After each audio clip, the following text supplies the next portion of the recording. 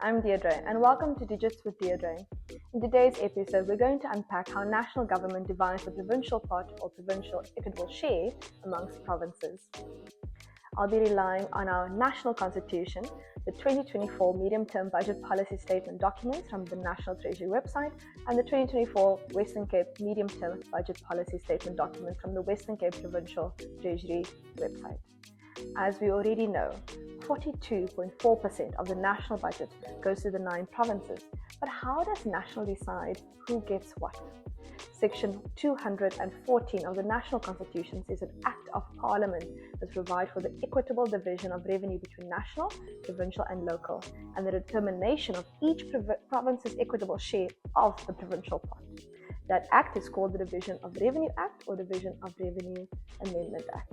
We also call this particular formula the Provincial Equitable Share formula, and it determines how much each province gets. Some people refer to this as the horizontal split.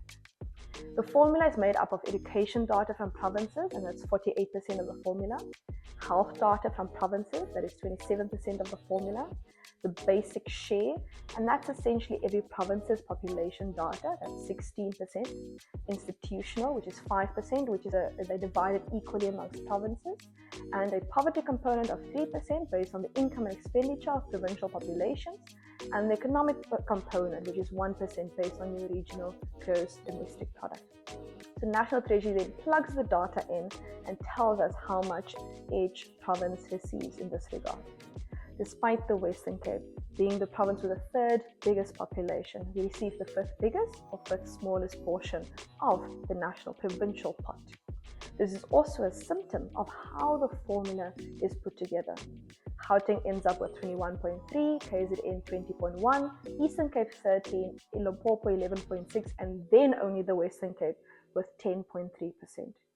As a country, we need to have a serious conversation about the population weighting within the formula in order to address rapid growth in provincial populations, and why the economic growth component does not have a heavier weighting.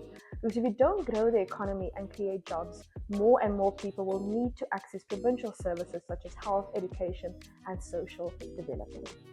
The formula further does not incentivize good governance, innovation, or increasing populations. For example, the formula gets phased into your budget over 3 years. So by the time you receive all of your money, the data is outdated and your population has changed again and again and yet again. Join me next time as we unpack the data that goes into the Provincial Equitable Share formula.